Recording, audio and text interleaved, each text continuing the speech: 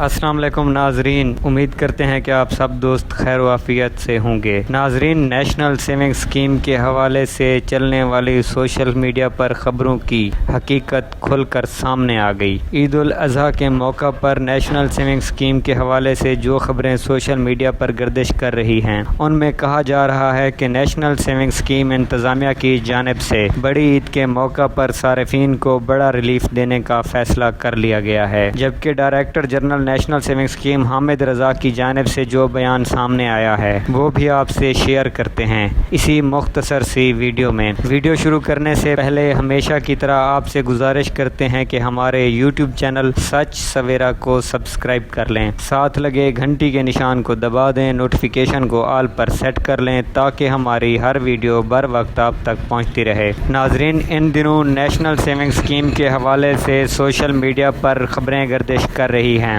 ناظرین، national saving scheme کے حوالے سے ان دنوں سوشل میڈیا پر جو خبریں گردش کر رہی ہیں ان میں کہا جا رہا ہے کہ نیشنل سیونگ اسکیم انتظامیہ نے صارفین کے ریلیف کے لیے بڑا اعلان کر دیا۔ خبروں کی حقیقت جاننے کے لیے جب ہم نے نیشنل سیونگ اسکیم انتظامیہ سے رابطہ کیا تو نیشنل سیونگ اسکیم انتظامیہ کے ڈائریکٹر جنرل حامد رضا نے تمام تر خبروں کی تردید کرتے ہوئے کہا کہ نیشنل سیونگ اسکیم کے حوالے سے جو خبریں ان دنوں سوشل میڈیا پر گردش کر رہی ہیں تمام خبریں بے بنیاد ہیں۔